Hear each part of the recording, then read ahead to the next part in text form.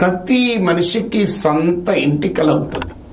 So ప్రతి వ్యక్తి తనకు సొంత ఇల్లు కొనుక్కోవాలని, అది చిన్నదైనా పెద్దదైనా, ఆశ అతి సాధారణ వ్యక్తి నుంచి అత్యంత సంపన్నుల వరకు కూడా ఉంటుంది. ఈ మధ్య దుబాయ్లో షారుఖ్ ఖాన్ ఒక పెద్ద బ్రహ్మాండమైన విలాసవంతమైన ఇల్లు కొనుక్కున్నాడు.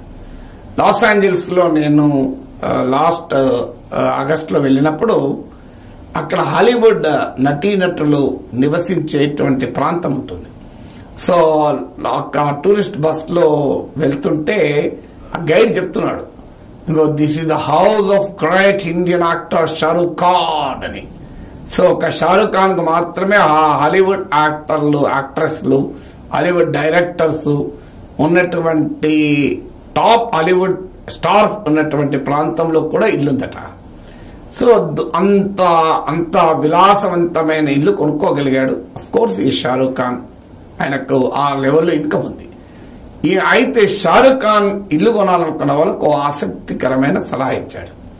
రాజ్ కుమార్ రావుకు ఇచ్చినటువంటి రాజ్ కుమార్ రావు ఒక యూట్యూబర్కి ఇచ్చిన ఇంటర్వ్యూలో తనకు షారుఖ్ ఖాన్ చెప్పిన విషయాలు చెప్పాడు. షారుఖ్ ఖాన్ తనతో చెప్పిన విషయం, తనకిచ్చిన సలహా రాజ్ కుమార్ రావు వివరించారు. ఏమిటా సలహా అంటే, షారుఖ్ ఖాన్ చెప్పాడట, నువ్వు ఎప్పుడైనా ఇల్లు కొనాలనుకున్నప్పుడు కాస్తంత నీ కెపాసిటీని మించే కొనుక్కో. కెపాసిటీని మించి కొనుక్కున్నప్పుడు భగవంతుడు కూడా నీపై కరుణించి నీ కాస్తంత ఇంకా బెటర్ ఇన్కమ్ వచ్చేలా చూస్తాడు.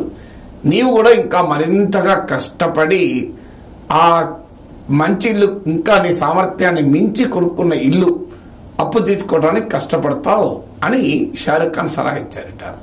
షారుఖ్ ఖాన్ ఇచ్చిన సలహాకి ఇంకో అడిషన్ ఏంటంటే, అవసరాలు కూడా పెరుగుతూ ఉంటాయి. ఇప్పుడు మనము ఒక బిడ్డ ఉన్నగా సింగిల్ బెడ్రూమ్ కొనుక్కుంటాం, వెంటనే కొత్తగా మ్యారేజ్ అయింది సింగిల్ బెడ్రూమ్ కొనుక్కుంటాం. ఈ లోపల ఒక బాబో పాపో పుడతారు. అప్పుడు మొదలవుతుంది అవసరం, అయ్యా ఒక్క సింగిల్ బెడ్రూమ్, ఇంకొక బెడ్రూమ్ ఉంటే బాగుండేది అని.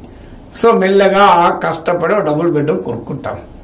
అప్పుడు ఇద్దరు పిల్లలు పుడతారు, పెద్దగా అవుతారు, వాళ్ళు కాస్త చదువుకోవడమో మొదలవుతుంది. అమ్మా నాన్న అత్త మామలు వస్తుంటారు. ఎంతైనా మళ్ళీ పిల్లల హాల్లో పండుకోవాల్సి వస్తుంది, మళ్ళీ పిల్లలు కలిసే ఉండాల్సి వస్తుంది. కాస్త ప్రైవసీ ఉంటే బాగుండు, 3 బెడ్రూమ్ ఉంటే బాగుండు. ఇలా మన అవసరాలు పెరుగుతూనే ఉంటాయి, కోరికలు నిరంతరం పెరుగుతాయి, అవసరాలు నిరంతరం పెరుగుతాయి. అప్పుడు ఏమనుకుంటాం, అనవసరంగా ఈ సింగిల్ బెడ్రూమ్ కొనుక్కుంటా, డబుల్ బెడ్రూమ్ కొంటానేమే, అప్పుడు ఇంకొక బెడ్రూమ్ ఎక్స్ట్రా కొనుక్కుంటా మంచిగుండు అని అనిపిస్తూ ఉంటుంది. కానీ మనం ఎవరము కూడా షారుఖ్ ఖాన్ చెప్పినట్లుగా కెపాసిటీని మించి కొనాలి అని చాలా మంది అనుకో. కెపాసిటీ తగ్గట్టుగానే కొనుక్కోవాలి అని అనుకుంటాం. ఎందుకు రిస్క్, మళ్ళీ ఈఎంఐ పెరిగిపోతుంది, లోన్ భారం పెరిగిపోతుంది అని. సో అలా అందరి లైఫ్ ఇలాగే మొదలవుతుంది. నా లైఫ్ కూడా నేను యూనివర్సిటీలో అసిస్టెంట్ ప్రొఫెసర్ గా మొదలైనప్పుడు ఒక సింగిల్ బెడ్రూమ్, ఒక బెడ్రూమ్, సింగిల్ బెడ్రూమ్ కాదు, ఒక చిన్న రూమ్ అండ్ కిచెన్ తో మొదలైంది. తర్వాత కాస్త ఒక బెడ్రూమ్, కాస్త 2 బెడ్రూమ్, ఇలా పెరిగాం. కొద్దిగా బెటర్ గా ఇన్కమ్స్ వచ్చి పిల్లలు సెటిల్ అయ్యాక కాస్త ఇంకా మోర్ కంఫర్టబుల్ అపార్ట్మెంట్ కొనుక్కోగలిగాం. సో షారుఖ్ ఖాన్ ఏం చెప్తున్నాడంటే, మీ కెపాసిటీ మించి కాస్త స్ట్రెచ్ చేసి కొనుక్కోండి అని. అంటే నువ్వు సింగిల్ బెడ్రూమ్ కొనగలిగితే డబుల్ బెడ్రూమ్ కొనుక్కో, డబుల్ బెడ్రూమ్ కొనగలిగితే ట్రిపుల్ బెడ్రూమ్ కొనుక్కో. ఆయన సలహా స్ట్రెచ్ అంటే డబుల్ బెడ్రూమ్ కొనేటప్పుడు విల్లా కొనుక్కోమని కాదు. సో కాస్తంత స్ట్రెచ్ చేసుకో, కొనుక్కో అని చెప్తున్నాడు. దీని వెనకాల కొంత ఎకనామిక్ లాజిక్ కూడా ఉంది. ఉదాహరణకు నీవు లోన్ తీసుకొని ఇల్లు కొట్టుకుంటావు, ఆ లోన్ ఆ క్షణంలో చాలా భారం అవుతుంది. కానీ డౌన్ ద లైన్ 20 ఏళ్ల లోన్లో అసలు కాస్ట్ ఆఫ్ మనీ వాల్యూ పడిపోయి అది నెగ్లిజిబుల్ అవుతుంది. నాకు ఇప్పటికి గుర్తు, నేను 2000లో ఇల్లు కట్టుకునేటప్పుడు 6 లక్షలు లోన్ తీసుకొని కట్టుకున్నాను. ఈ మంత్లీ ఈఎంఐ 6,000 ఉండే, భరించలేకపోయేవాడిని. ఆ రోజు సాలరీస్ చాలా ఇబ్బంది అయ్యేది. 6,000 ఈఎంఐ కట్టడానికి నానా కష్టాలు పడి అక్కడ ఇక్కడ గ్రూప్ 1 క్లాసులు చెప్పుకొని కొంత మేకప్ చేసుకునేవాడిని, పిల్లల ఎడ్యుకేషను. అలా ఆ 6,000 ఈఎంఐ కట్టాల్సి వస్తుంది హౌస్ లోన్. కానీ కాలక్రమేణా నా పే రివిజన్స్ వచ్చుడు, యూనివర్సిటీలో నాకు ప్రమోషన్ వచ్చుడు, అసోసియేట్ ప్రొఫెసర్ అయ్యాను. సో సాలరీస్ అన్ని మారిపోయాయి. నా మొట్టమొదటి పే రివిజన్ లో 8,000 సాలరీ, చేరినప్పుడైతే 2800 1988లో, ఫస్ట్ పే రివిజన్లో 8009. అలా పెరుగుతూ రిటైర్ అయ్యే టైంకు 2,70,000 రూపాయలతో రిటైర్ అయ్యాను. సో అంత పెరుగుతూ వస్తున్న కొద్దీ మొదట్లో 6,000 ఈఎంఐ కాస్త 10 ఏళ్ల తర్వాత అది నెగ్లిజిబుల్ అయిపోయింది. చాలా సులభంగా కట్టగలిగాను. కానీ ఇల్లైతే మిగిలిపోయింది కదా. సో అలా షారుఖ్ ఖాన్ అడ్వైజ్ లో ఆ లాజిక్ ఉన్నమాట నిజం, ఎకనామిక్ లాజిక్. అంటే కాస్తంత స్ట్రెచ్ అయ్యి నీవు లోన్ తీసుకొనైనా కట్టుకున్నా ఆ లోన్ ఈ క్షణం భారంగా ఉండొచ్చు ఈఎంఐ, కానీ ఆఫ్టర్ 5 years, ఆఫ్టర్ 10 years ఆ ఈఎంఐ అనేది నీకు భారం కాదు. ఇది షారుఖ్ ఖాన్ ఇచ్చిన సలహాలోని మతలబు. కానీ అందరూ షారుఖ్ ఖాన్ కాదు, అందరూ నాగేశ్వర్లు కూడా కాదు. ఎందుకు షారుఖ్ ఖాన్ కాదు? షారుఖ్ ఖాన్ ఎంత పెద్ద ఇల్లు కొనుక్కోగలిగినా, ఎంత మ్యాన్షన్ కట్టుకోగలిగినా, ఆయన ఇంకా అద్భుతమైన ఫాలోయింగ్ ఉన్న స్టార్. సినిమాలో నటించడమే కాదు, అడ్వర్టైజ్మెంట్ల రూపంలో అనేక రూపాల్లో షారుఖ్ ఖాన్ ఇన్కమ్ వస్తూనే ఉంటుంది.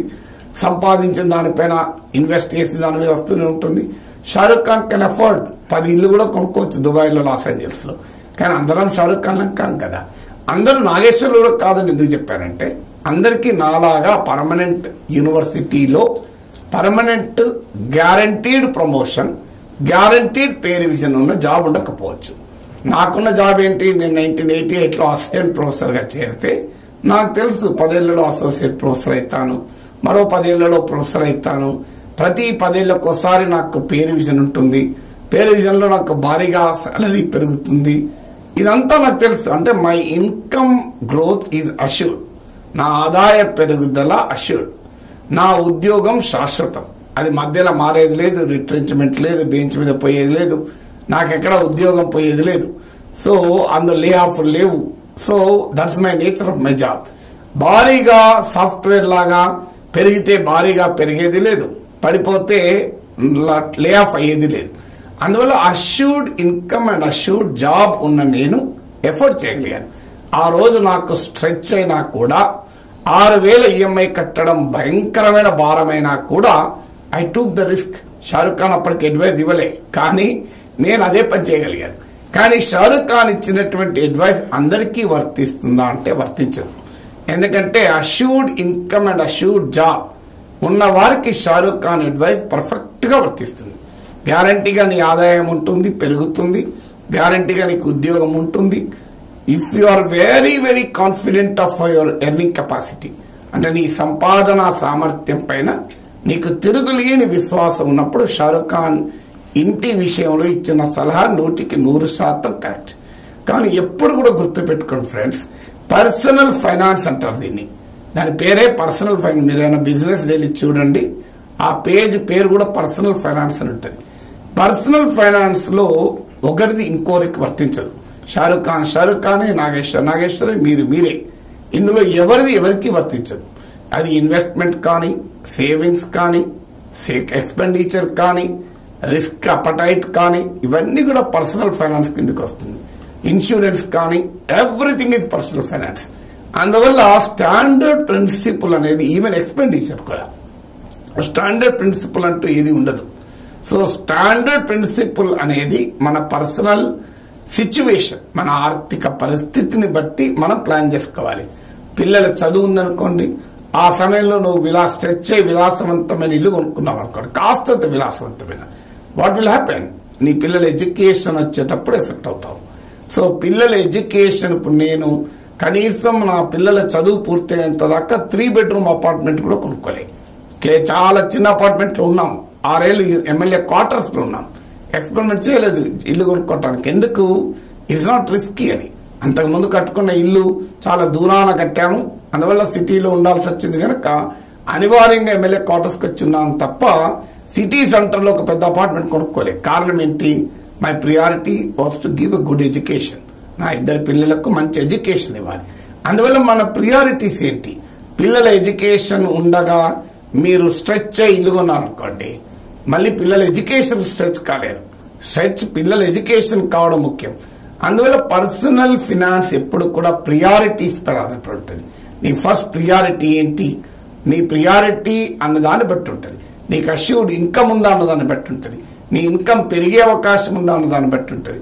నీ జాబ్ ఉన్నటువంటి గ్యారంటీని బట్టి ఉంటుంది. సో ఇలా ఇంకా అదర్ ఎక్స్పెండిచర్ కమిట్మెంట్స్ ఏమున్నాయన్న దాన్ని బట్టి ఉంటుంది. పిల్లల మ్యారేజ్ ఉందా? సో అందువల్ల షారుఖ్ ఖాన్ ఇచ్చిన ఐడియా ఇన్ ప్రిన్సిపల్ కరెక్ట్, కానీ అది అందరికీ వర్తిస్తుందా అంటే అది కస్టమైజ్ చేసుకోవాలి. మనకు వర్తిస్తుందా లేదా అని కస్టమైజ్ చేసుకొని చేయాలి. Any personal finance advice is not universal. మీరు ఏ పర్సనల్ ఫినాన్స్ అడ్వైజ్ అయినా యూనివర్సల్ అడ్వైజ్ ఉండదు. It should be customise for yourself. మీ అవసరాలకు తగినట్టుగా, మీ పరిస్థితులకు తగినట్టుగా మీరు దాన్ని అన్వయించుకోవాలి.